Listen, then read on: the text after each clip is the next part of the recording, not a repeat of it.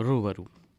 اس programme کے تحت آج ہم آپ کو سنوا رہے ہیں معروف شاعر آجہانی گلزار زرتشی دہلوی کے ساتھ کی گئی بات چیت کی ایک پرانی ریکارڈنگ۔ آپ سے محو گفتگو تھے جناب انوار احمد خان۔ گلزار صاحب، آپ یعنی ڈاکٹر آنند موہن زرتشی گلزار دہلوی کی شخصیت بر صغیر میں کیا بلکہ پوری دنیا میں، اردو دنیا میں، اور وہ دنیا جس کو سیکولر دنیا، ہندی اور اردو کی ملی جلی دنیا، گنگا جمنی تہذیب کی دنیا، اس میں آپ کسی تعارف کے محتاج نہیں ہیں، اور آپ کو اللہ نے بہت ساری صلاحیتوں سے، بہت خوبیوں سے اور بڑی ہردل عزیزی اور مقبولیت سے نوازا ہے۔ اللہ نے آپ کو اس 80 سال سے زیادہ کی عمر میں بھی آپ کو غیر معمولی صحت دی ہے۔ ہماری دعا ہے کہ آپ کی یہ صحت اسی طرح برقرار رہے، اور آپ جو ایک ہماری پوری تہذیب کی، اپنی پوری جو قدریں ہیں ہماری، ان روایات کی آپ کی زندہ ایک نمونہ ہیں، تصویر ہیں، اور ہم سب پہ آپ کا سایہ اور اسی طرح برقرار رہے، اور ہمیں اپنی روایات سے آپ کی شخصیت کو دیکھ کر کے جو آگہی اور واقفیت حاصل ہوتی ہے وہ ہمارے لیے بہت ضروری ہے۔ آپ سے بہت ساری گفتگو کرنی چاہیے اور بہت اہم باتیں آپ سے حاصل کی جا سکتی ہیں، جو اگر ایک طرح سے لمبی گفتگو کی جائے تو ایک اورل ٹریڈیشن کی، ایک بہترین تاریخ اور تہذیب کی تاریخ، اور دلی کی خصوصاً۔ جی اچھا، دلی اور آپ کا معاملہ یہ ہے کہ دونوں ایک دوسرے کے لیے لازم و ملزوم ہیں، تو میں یہ چاہتا ہوں کہ آپ سے دہلی کی تہذیب، انفرادیت اور ہندوستان کی خاص، اور آپ کا تصوف سے، صوفیہ سے جو بہت گہرا لگاؤ ہے، اور ادب اور شاعری خاص طور سے حمد اور نعت اور مضامین دوسرے، اور تہذیب اور اقدار اور دوستی، اور ان ساری چیزوں کے جو مضامین آپ کے پورے قلم سے نکلتے رہے ہیں، اس کے کچھ نمونے بھی ہم آپ سے سنیں۔ تو اس سے پہلے کہ ہم آپ سے کچھ گفتگو کریں دہلی کے سلسلے میں، آپ کے جوانی کے دور کے سلسلے میں، اور جن اکابرین سے آپ نے فیض حاصل کیا ہے ان کے سلسلے میں، میری گزارش یہ ہے کہ نمونے کے طور پہ ہم آپ کے کلام سے کیوں نہ شروع کریں گفتگو۔ بہت اچھا، میں حاضر کرتا ہوں۔ ایسا ہے کہ رمضان مبارک کا یہ مہینہ ہے، اس لیے 2-4 شعر حمد کے اور 2-4 نعت رسول پاک کے حاضر کرتا ہوں، پھر کچھ رباعی یا قطعات یا غزل کے بھی چند شعر حاضر کر دوں گا جیسا آپ چاہیں گے۔ جی اس کرتا ہوں۔ ذات باری کی حمد میں چند اشعار حاضر ہیں۔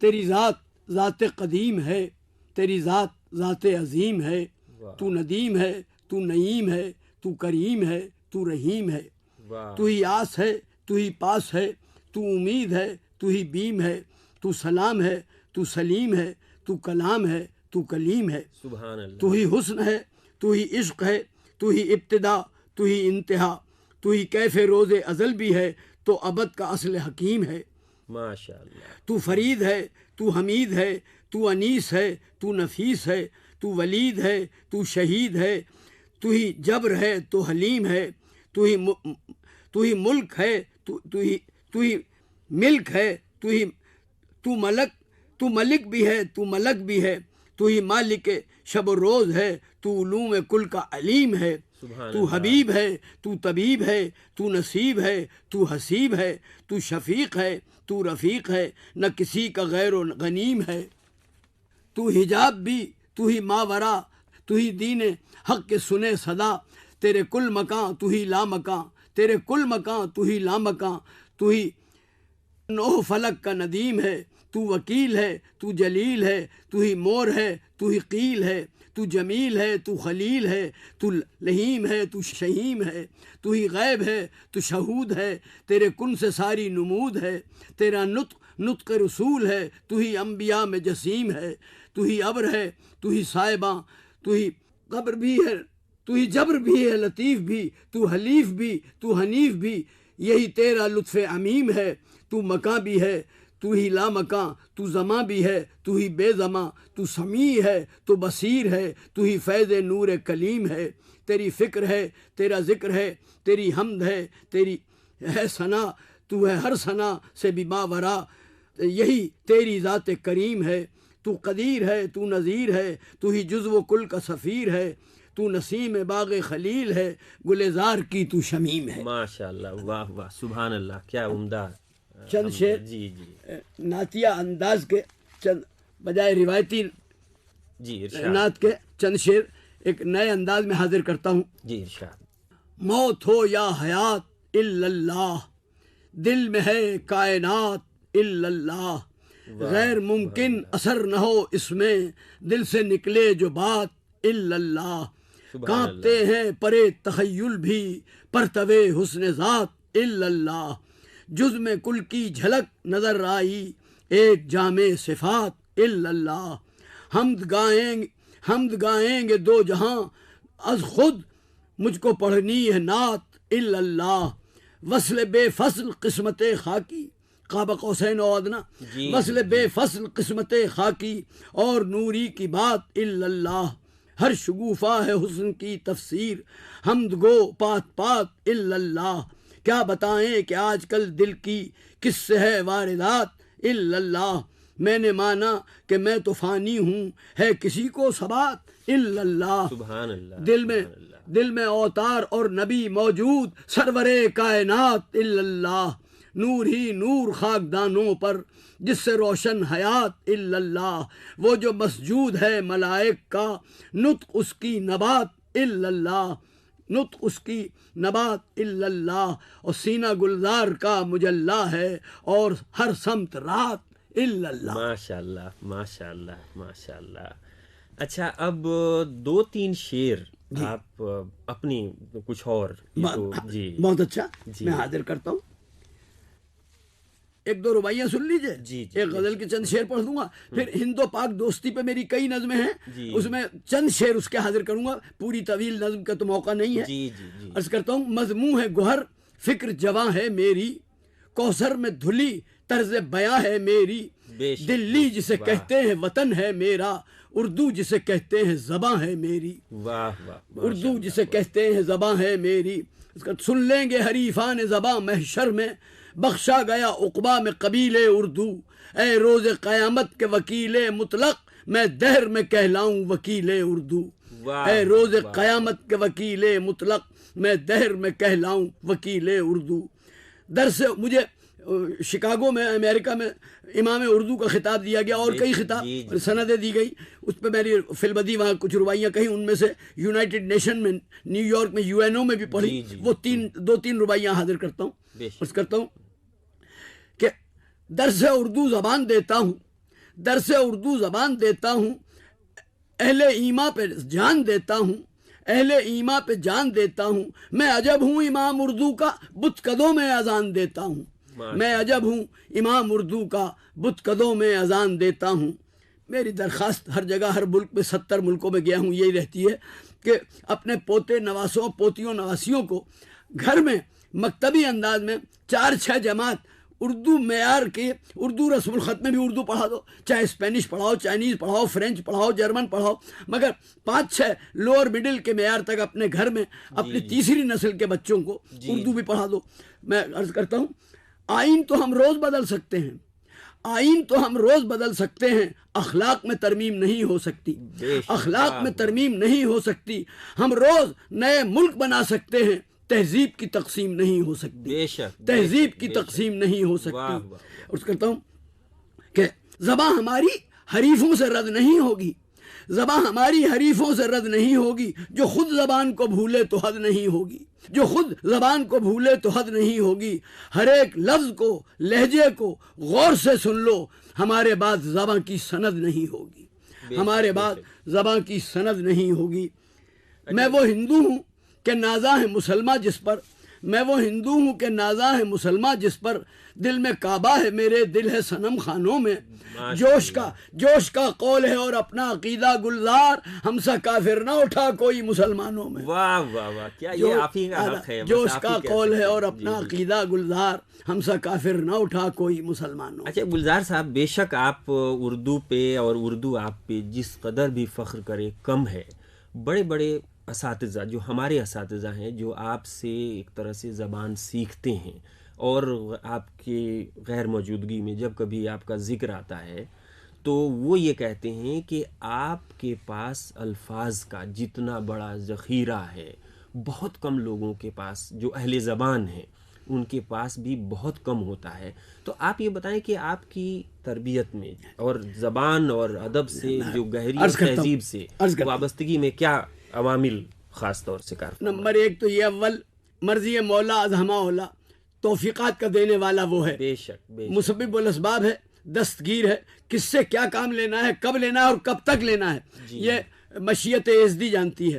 بچپن سے 4 5 6 برس کی عمر میں میرا گھر چاروں طرف کتابوں سے لدا رہتا تھا. ہندی سنسکرت کی کتابیں، اردو فارسی عربی کی کتابیں، 6 بڑے ادیان، ویدک دھرم، اسلام، جینزم، بدھزم، کرسچینٹی اور سکھزم اور پارسی، ان لوگوں کی کتابیں اردو میں نظم میں اور نثر میں. رائے بہادر پنڈت جانکی ناتھ مدن دہلوی، سالک پاک باز مولانا پنڈت امرناتھ مدن ساحر دہلوی، جنہوں نے 1910 سے 1943 تک بزم سخن دلی اپنے ذات سے چلائی. حکیم اجمل خان جب رامپور چلے گئے تو ان کو صدر بنا گئے.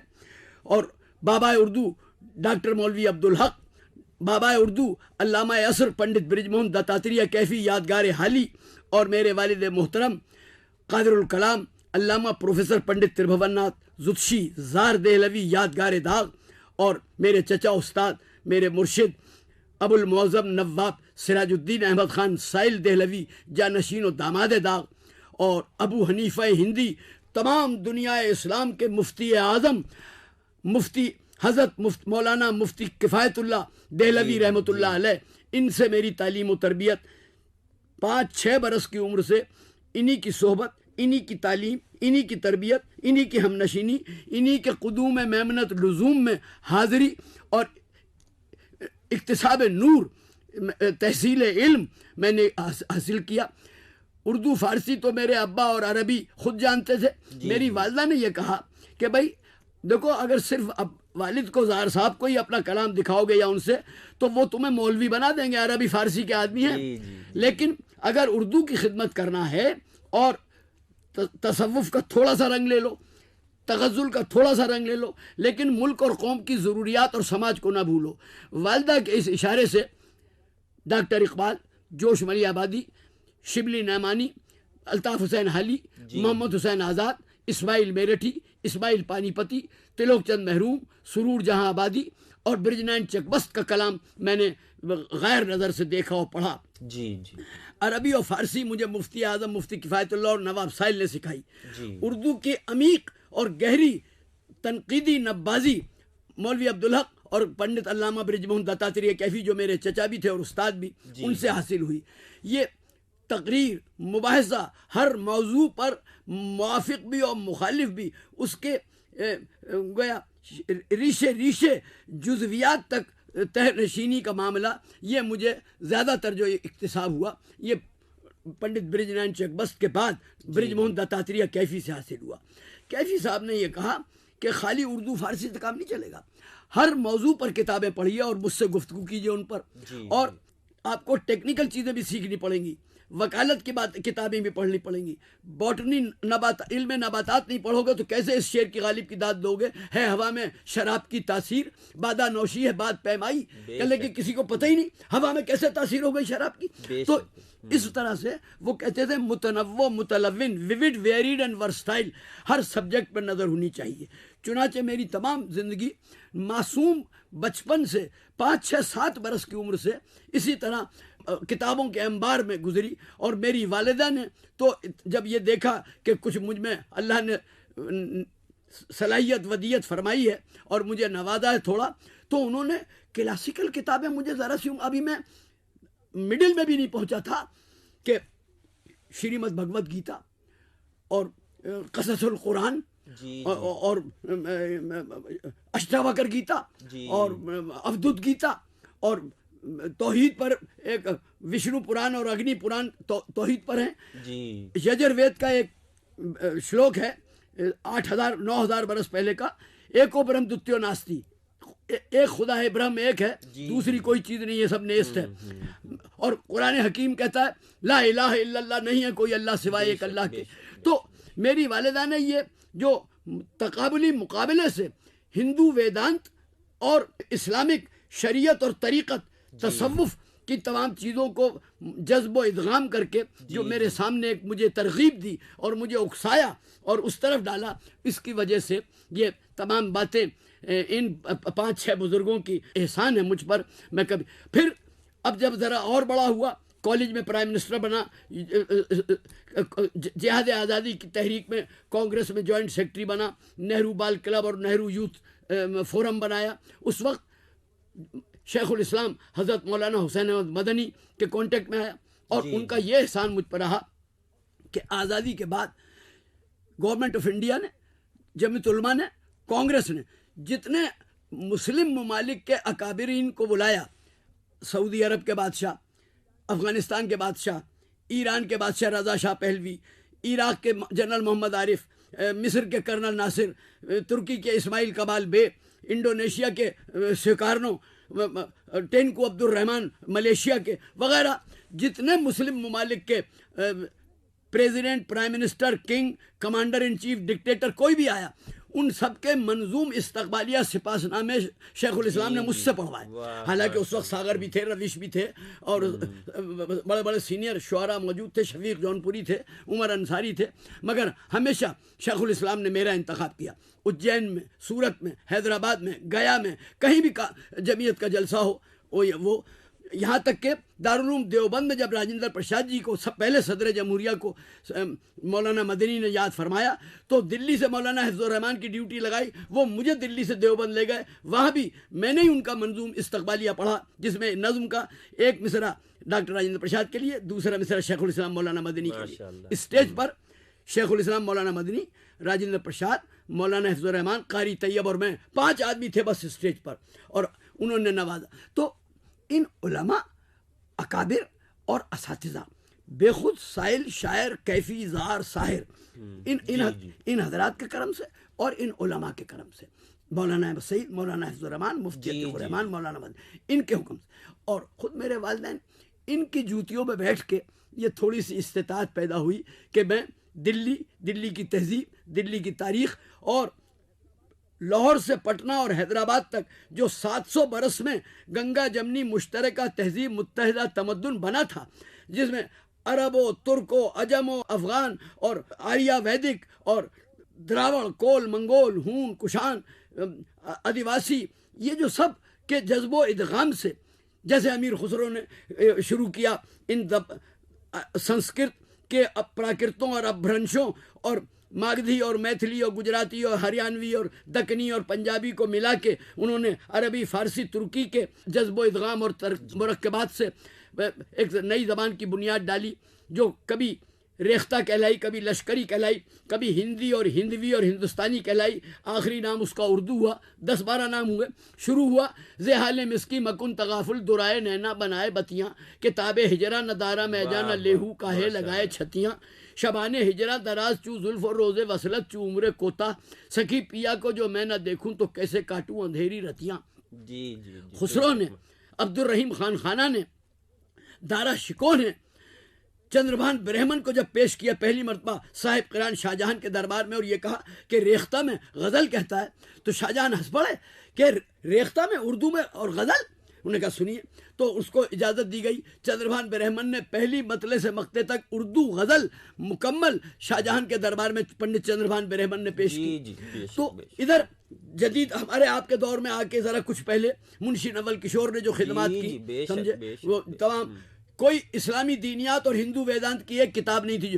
تو ہمارے اوپر جو اس تہذیب کا اثر پڑا، اس میں ان لوگ، اس میں سید بھی ہیں، ترک بھی ہیں، عرب بھی ہیں، اجمی بھی ہیں، افغان پٹھان، آفریدی پٹھان بھی ہیں، بنیے، برہمن، کھتری، ویش، شودر، کائس، جینی، گوپال متل جین ہے، ڈگمبر پرساد گوہر ہیں، دھرم پال گپتا وفا ہے، گوپی ناتھ امن ہے، درگا سائے سرور ہے.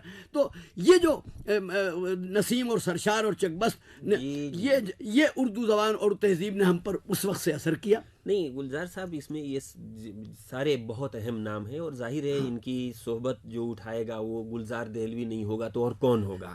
لیکن اس میں ایک خاص بات جو آپ سے میں دریافت کرنا چاہتا ہوں وہ یہ ہے کہ اس میں ایک بہت اہم رول آپ کی والدہ محترمہ ہاں، ہے، تو ان کے بارے میں کچھ بتائیے کہ ان کی اتنی غیر معمولی تربیت کیسے؟ اور والدہ، میرے نانا بھی اور میرے ماموں بھی سب اردو فارسی کے ادیب اور شاعر تھے اور سنسکرت جانتے تھے.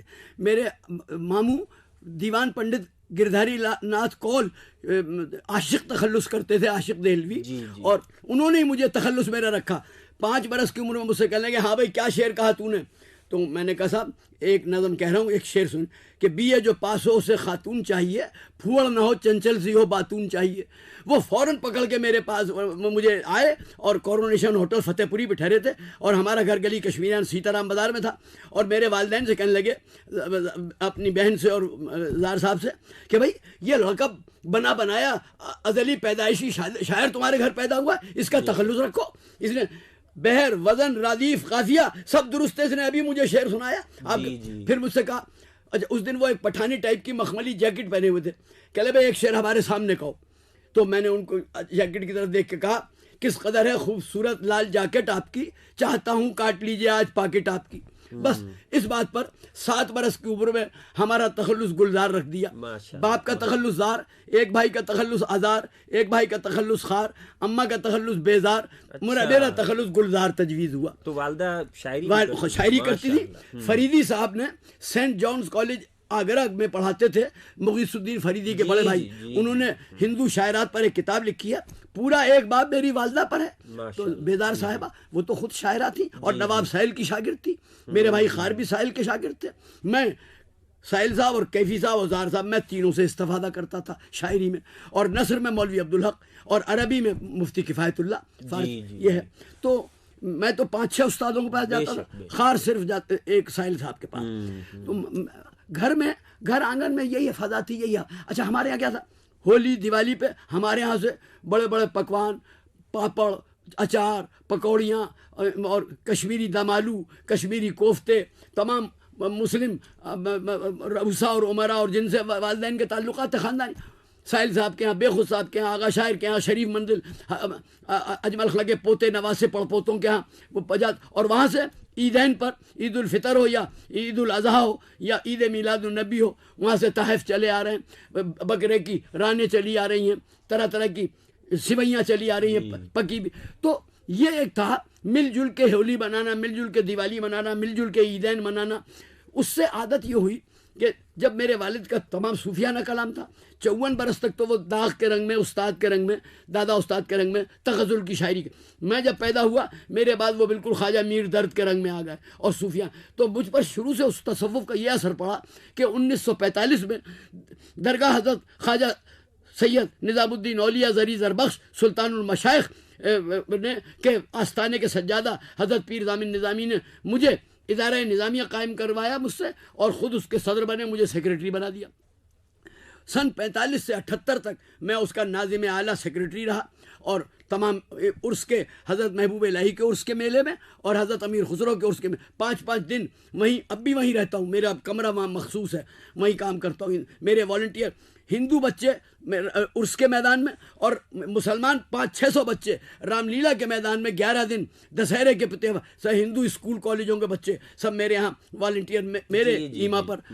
تو میں نے تو اس مشترکہ تہذیب کو جزو ایمان، جزو زندگی سمجھ کے اپنایا. اور چنانچہ آج تک میری کوشش یہ ہے، میں خود رمضان المبارک میں ایک روزہ رکھ کے 62 سال سے افطار کی دعوت دیتا ہوں. سارے دنیا میں ہندو پاک کے باہر بھی وہ روزہ رواداری اور افطار وزاداری اور عشائیہ طرحداری کے نام سے مشہور ہے، ہر شخص جانتا ہے. ابھی کل پرسوں وہ تقریب ہوئی اور اس کو بہت لوگوں نے پسند کیا. کئی اخباروں میں رپورٹ، دوردرشن والوں نے بھی اس کو کور کیا، اور دوسرے Indira Gandhi open university, national university والوں نے اور کئی چینلز نے اسے کور کیا. تو میرا مقصد، مجھے دوست ملے تو کیسے، مولانا حفظ الرحمان، نور الدین بیرسٹر، میر مشتاق احمد، لالا شام ناتھ، آصف علی بیرسٹر، ارونا آصف علی. تو ان لوگوں نے میری بے شک. اچھا گلزار صاحب، چونکہ آپ ہندوستان جب آزاد ہوا، اور آزادی ایک بہت بڑی نعمت تھی جو اس ملک کے بر صغیر کے لوگوں نے حاصل کی بڑی جد و جہد کے بعد، اور اس کے تو خاص آپ نے سارا منظر اس کے شباب کا دور دیکھا ہے. 25 کے آس پاس آپ پیدا ہوئے، اور ظاہر ہے کہ 47 ایسا ہے یہ ہے کہ میں جو خاص بات آپ سے دریافت کرنا چاہتا ہوں، وقت ہمارے پاس بہت تھوڑا سا اب رہ گیا ہے، کہ آزادی کے ساتھ ایک جو بدقسمتی تقسیم کی ہوئی، جو ظاہر ہے جو وہ ایک الگ مسئلہ ہے، اب اس کا آپ نے وہ جو غم، درد، تکلیف، وہ تقسیم کی آپ نے وہ ساری چیزیں دیکھیں، جھیلیں، اس غم سے آپ کو کا براہ راست ایک تعلق رہا ہے. اب ہندوستان اور پاکستان کے درمیان بہترین دور کا امکان کافی حد تک پیدا ہو گیا. میں عرض کرتا ہوں جی. ایسا ہے کہ تقسیم اور آزادی سے پہلے تو صرف انگریز کا مخالفت تھی، سامراج کو ہٹانا تھا. ایک مقصد تھا، تو اس میں جلدی جلدی سب لوگوں نے کام کیا. لیکن آزادی کے بعد جو وحشت اور دہشت کا دور آیا، قتل عام کا، ادھر لوگ برباد ہوئے، ادھر برباد ہوئے، آبادی منتقل ہوئی. اس وقت سکون قائم رکھنا، صبر و تسلیم و رضا قائم رکھنا، اللہ پہ بھروسہ رکھنا، اور نیم مردہ لوگوں کو، قریب قریب جو مقتولین کے، ان کو بچانا، پہاڑ گنج اور کرول باغ، اور یہ سب ہم نے کیا.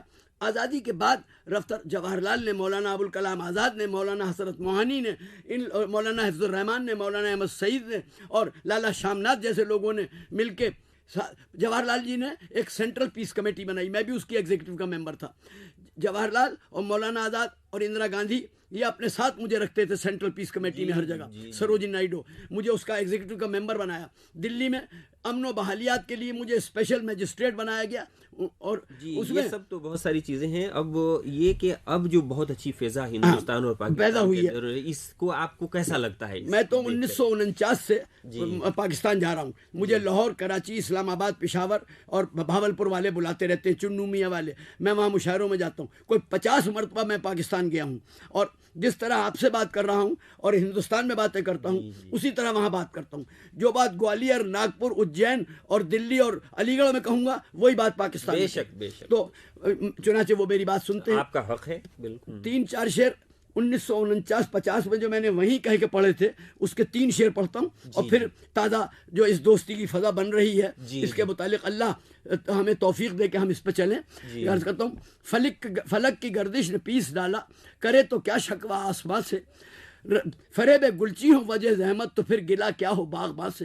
نصیب پھوٹے حبیب روٹھے، عجیب یہ انقلاب آیا، بلائیں ایک مشتے پر پہ ٹوٹی، یہ آ کے جانے کہاں کہاں سے. اور سنا ہے فصلیں باہر آئی، چمن پہ اپنے نکھار آیا، مگر دھواں سا یہ اٹھ رہا ہے باہر میں کس کے آشیاں سے.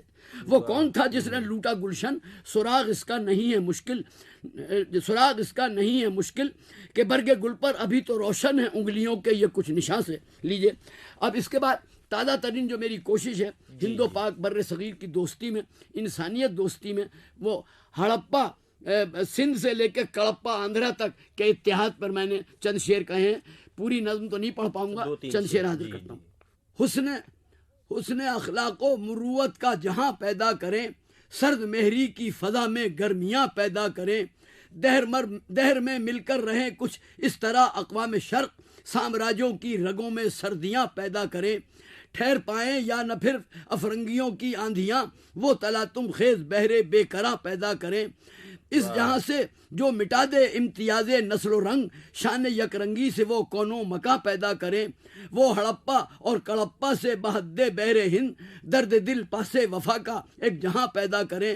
وحدت ذات خدا ہے وحدت نوع بشر، شان وحدت کی یہاں سرمستیاں پیدا کریں. گل پھر سے گلزارے جہاں ہو لالا زارے بے خزاں، وہ فضائے جا فضا وہ باغباں پیدا کریں. گل چمیلی سرو جوہی پیار کی جس میں کھلے، ایسا گلزارے بہارے جاویداں پیدا کریں. واہ واہ، کیا عمدہ. یہ تو آپ ہی کا حق ہے، اور میں سمجھتا ہوں کہ یہ ایک بہت اہم اور دل کی گہرائیوں سے نکلا ہوا پیغام ہے جو ہندوستان اور پاکستان کے لوگ، پورے بر صغیر کو لوگ اس وقت سن رہے ہیں.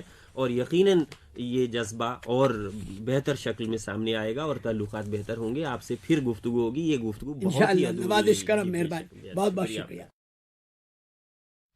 روبرو پروگرام کے تحت ابھی آپ سن رہے تھے بر صغیر کے معروف شاعر آجہانی گلزار زرتشی دہلوی کے ساتھ کی گئی بات چیت کی ایک پرانی ریکارڈنگ.